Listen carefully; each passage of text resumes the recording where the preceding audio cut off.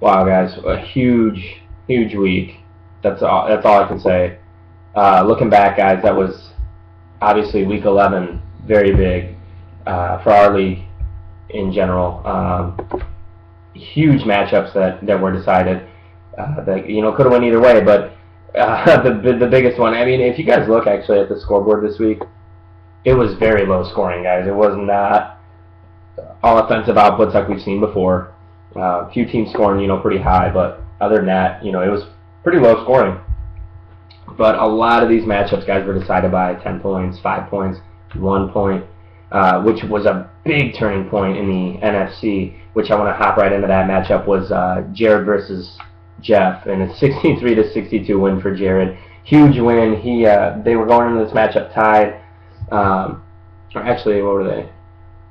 About the same record, and at 6-4, and Jared now locked it down, first place in the NFC heading in the last 2 weeks, and guys, this is huge because if you look, no team is exactly dead out of it, because even then, if Brack's pretty much out, but he could still win out and be 6-7, and everybody else in the division can lose at 6-7, the whole division be tied. I mean, it probably won't happen, but it could. It's still, you never know. So, guys, let's just hop right into last week. Week 11, Mike beat me 79-64. I kept a very questionable matchup on my bench with Matt Schaub, and he burned me for it. So that cost me. Now 5-6. Mike is as well 5-6. There's I can't even think about the standings just because they're all over the place. It doesn't even matter to talk about them now because it's going to change next week and obviously the week after. I did put up a little matchup. Playoff seeding is decided by head-to-head record. If it's still tied after that, then it's interdivision record. Then it'll be most points, if indeed we have to go to the most points. But that'll be for the seeding. On to the other matchup, Joe versus Eric. In this one, Eric pulled out a win, 85-74, another low score. He's led by Andy Dalton with 24 and Aaron Rodgers with 15. Both of them are now tied at 5-6. It's funny because you look at the NFC, everyone was talking about how bad Mike's team was, and now he is basically tied for third place. Could possibly even leapfrog if Jeff kind of slips. You never know, guys. This is wide open. The whole league is still wide open. Still wet in the bed. Put it on Brock a little bit, 112-85. He was led by Robert RG3. Nobody calls him that. RG3 with 32. Brock was led by Des Bryant with 20. Nico still keeping those hopes alive for the playoffs with 6-5 record. Brock now falls to 4-7, pretty much insurmountable at this point for him. But you never know. I mean, you really don't. He could beat me this week, win next week, or the 13th. You just really don't know. There's a lot of key matchups this week for a lot of interdivision play that I'm going to get to in just a little bit. And then a kind of high-scoring matchup here, but was mostly dominated, was Jobby over Ashley, 127-98. Big blow to Ashley. She loses Gronk probably for the rest of fantasy. That was a big player for her. It's probably one of her highest-scoring players. And now he's probably out for the fantasy season, possibly. Maybe if she makes championship, he might be back for that. But it's looking pretty doubtful. And Jobby finally got the big game out of Andre Johnson that, I think everybody in fantasy was kind of waiting for. Because, he's a good talent, but he's been a bust this year. But, guys, that shapes up the rest of the season. Any of those matchups could have went either way. But looking at it now into Week 12, these are pretty much every week's a must-win, but you look at it, there's huge matchups here. Because a loss to any of these teams, they're done. It's pure and simple. Because there's so many interdivision matchups. There's me against Brock, which I'm projected 133-101. Projections don't matter. But anyway, big game. I have to win this to be 6-6 to even get close to making the playoffs. If I lose, I'm completely out. Brock's obviously, and I'm tied for Brock 5-7. Next matchup, Mike against Eric. One of these guys one of them is going to go to 6-6. Right there, right behind Jeff and Jared. Which, both of them have tough matchups this week, which I'm going to get to. But actually, both are projected at a tie of 107 apiece. Guys, I want everybody getting on here and commenting about these matchups because it means so much to the league this week. Matchups are going to be this close. I mean, it's insane. Every matchup counts for both parties involved. If you look at it, you got Jared against Nico, in which Jared's projected 114 and Nico's 123. It's going to be close. Nico needs to win. 7 and 5 is looking good for him.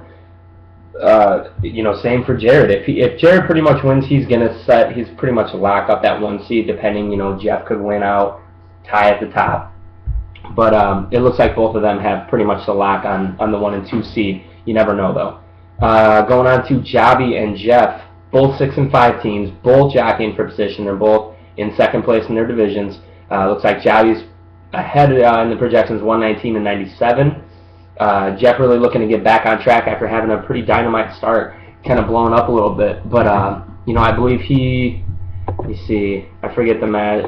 Who did he lose? I was going to say, Willis McGahee, gone for the rest of the year. He's got to find that running back, and, he had a big pickup on the waiver wire. He picked up, a lot of backup running backs. We'll see, if that does any dividends for him, if they can score for him. We know he's got receivers, but running backs win this league, and I see Javi's starting the Buffalo running backs, and that's going to be tough if he's starting 2. But with LeSean McCoy out, he has no choice.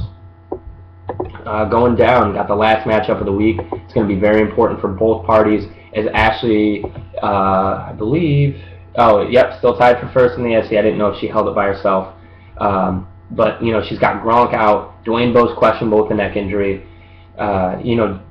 Joe's got his full team in order this week. Obviously has to win. He's tied for third in the NFC. And if Ashley can win this matchup, she'll be sitting pretty in the playoffs. That pretty much goes for any team in the AFC. Javi, Nico, or Ashley.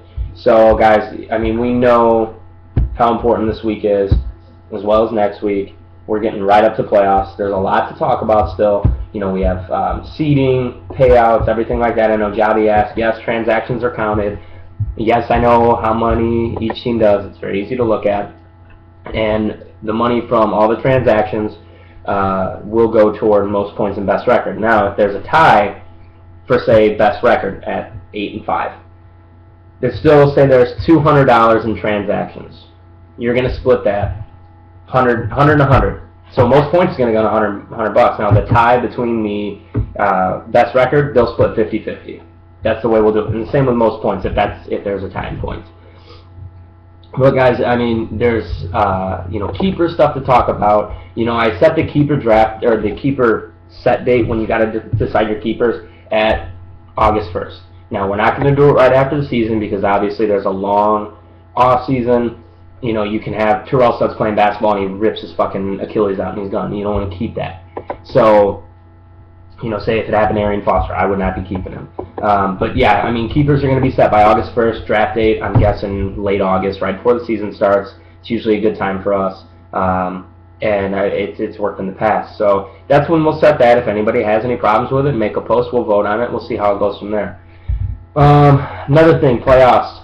Only going to week 14 is round 1. Championship week is week 15. We're not doing the 16 and 17.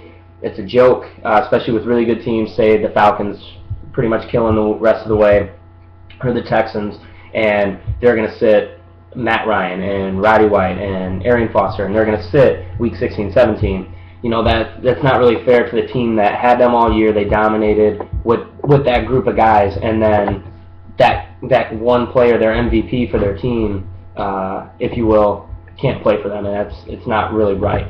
Especially kind of drawn out matchups over 2 weeks, having week 1 being 14 and 15, and then 16, 17. It's just it's harder to play matchups, and it kind of sucks. So we'll just do the week 1, as you guys know. Trying to think anything else I can really think of. I do appreciate everyone's activity on the league page. Make sure you get on and vote for matchups. Do the poll on who you think will win. I'm really excited, guys. As nice as it is not having that one dominant team all year where they're like 10 and 2 or whatever going into it. It's really nice, guys, to have the parity in the league where a sub 500 team has a real chance to make playoffs. It's pretty exciting to watch. So make sure you set those lineups this week, guys. I know there's a lot of injuries that happen, a lot of buys that happen coming into it. I'm really excited about how the playoffs are going to take off. If you guys have any questions, please make a post and we'll address it right away. Or you can contact me if you need something. I know Joe had contacted me last night. I had actually forgotten if we did interdivision record or most points as a second tiebreaker. It clicked with me this morning that that's how it should be done, is head-to-head, then interdivision, then most points. Because, I mean, I don't know. Most points is just a good third tiebreaker in interdivision record. Now, if there's, for some reason, an odd number of interdivision games where it's not fair, where a team just played a bunch of interdivision games and then one team didn't, say if Mike played only like 4 division games compared to Jared's 6, it's not really a fair qualifier. So I'll have to look at it and take a real hard look and see kind of where we're at. But yeah, guys, I mean, if you look, I mean, right now in terms of leading the league in scoring, I believe it's Eric at 1,074. Then it's Jabi with 1,053, and then Ashley and Jeff are tied at 1,022, and I'm right behind with 1,003. So literally, this could change overnight. Within the next 2 weeks, Eric could easily get knocked off. Most point or best record still up in the air. Pretty much all it's going to take is one win for Jared, and then he's pretty much going to have a lock at some of the pot money. So I got to get that calculated up. I'll figure out how much. I mean, the transactions will count all the way up and through the season's over. So if you're a playoff team, you need to pick it up. It's still going to cost you $1. So we're not going to actually calculate that until it's all the way through. There's still people I need money from. Get it to me right away. I don't want to be having to chase people around after the season's over. So if you owe me money, text me. Let's meet up. I'll pick up the money. It's not for transactions, but I still need league fees from certain owners, so they know who they are. All right, guys, it's going to be a very exciting week. I'm very pumped. Let's have fun with this. It's going to be a blast. So that's really all I got, guys. Any questions for me, please post, and I will be commenting on matchups. So make sure you check your matchup. Comment on other people's matchups, see what they got to say. All right, guys, it's going to be very exciting. It's going to be a very crazy 2 weeks. I know I've been very pissed off the last couple weeks. My team's been sucking, and I've really taken it personally. I really didn't realize how much fantasy ran my life until last week when I threw my phone and cracked it because I was so pissed that I didn't start Schwab. Literally did. So, yeah, it runs my life. So I'm very excited, and I love this game. I can't believe it's almost already over. But I hope you guys are equally as excited and love it as much as I do to do it again next year. I do want to start talking about, obviously everyone should commit to Keeper League. Talking about kind of what we're doing, the idea of keepers and things of that nature. So, all right, guys, have a good week. Good luck. We got a bunch of games Thursday. Happy Thanksgiving to everybody in the league. How could I almost forget? Happy Thanksgiving, guys. I really do. I'm thankful for you guys being in the league, but, make sure to spend time with friends and family, loved ones and everything like that. Have a happy Turkey Day. That's about it. So, all right, guys, a lot of football on Thursday, though, so make sure you tune in. A lot of big matchups. Patriots and Jets is a big one. Obviously Cowboys are going to play. So, all right, guys, that's enough of me talking bullshit. Have fun this week, and I will see you guys next week. Good luck.